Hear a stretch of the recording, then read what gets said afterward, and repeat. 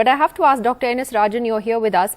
I mean, maybe this is a stupid question, but did tech companies not think that the pandemic would end one day when they did this large-scale hiring?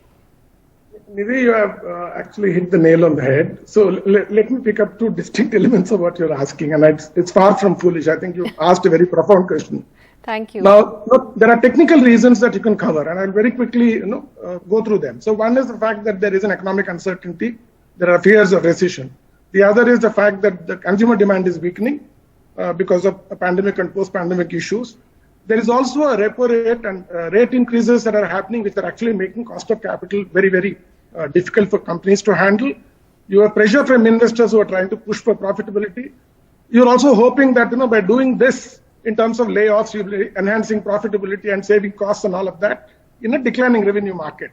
But there is one thing that Mahesh perhaps didn't touch, is the fact that in 2021, Apple introduced a new privacy rule.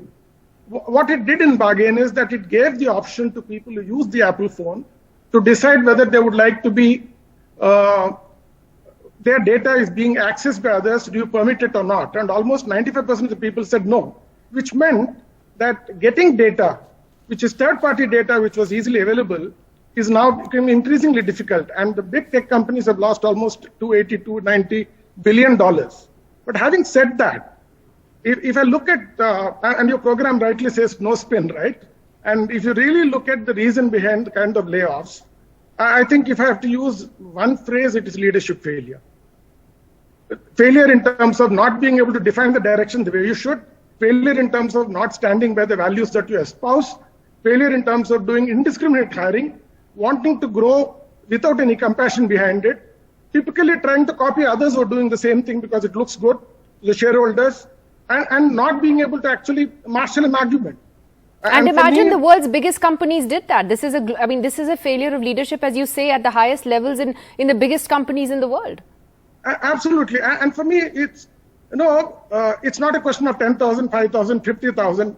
I don't think one murder is less troublesome than 10 murders. So I think the whole aspect is N equals 1. Whether when you're firing off, are you doing it justly? Is it fair? Is it well thought through? Have you looked at other options? There are a number of things that have to go into thinking before leaders actually pick this as the lowest hanging fruit. I mean, it's not very different from, probably the state of mediocrity in the way you think. And if you are not able to foresee the writing on the wall, whose fault is it?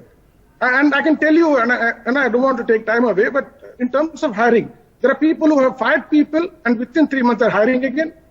Yeah. Now, why is it you couldn't think of alternate options? And I think that is very distressing.